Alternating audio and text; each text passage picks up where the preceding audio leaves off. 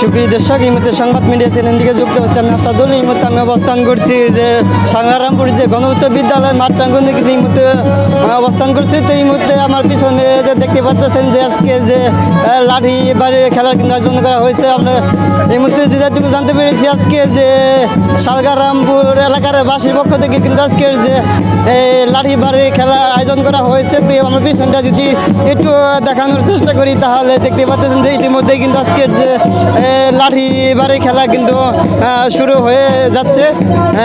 এই মুহূর্তে যদি দেখতে পাচ্ছেন যে এই লাঠি বাড়ি খেলার যে খেলা দেখার জন্য কিন্তু আজকের যে মাঠ ভর্তি কিন্তু অসংখ্য কিন্তু দর্শক ভর্তি হয়ে গেছে। তো এই মুহূর্তে যদি আপনাদেরকে যদি ভালো করে দেখানোর চেষ্টা করি তাহলে দেখতে পাচ্ছেন যে আজকে যে লাঠি বাড়ি খেলার জন্য কিন্তু সাংগ্রামপুরে যারা লোকজন আছে তারা কিন্তু ইতিমধ্যেই উপস্থিত হচ্ছে, খেলা উপভোগ করছেন।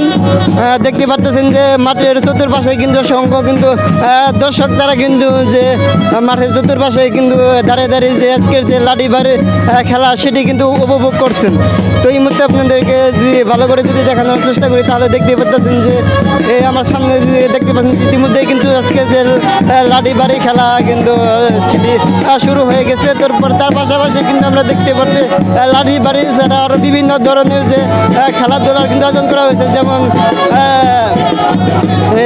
রশি টান। এরপরে কিন্তু লাঠি আমরা যেটুকু জানতে পেরেছি লাঠি বাড়ি খেলা শেষে কিন্তু আজকের যে মূল আকর্ষণ হবে হলো রশি টান।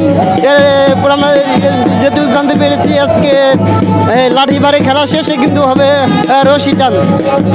তো এই ছিল আমাদের কাছে যে আজকের যে সালগারা মাঠ থেকে যে আজকের যে লাঠি বাড়ি খেলার যে পরিস্থিতির খবর।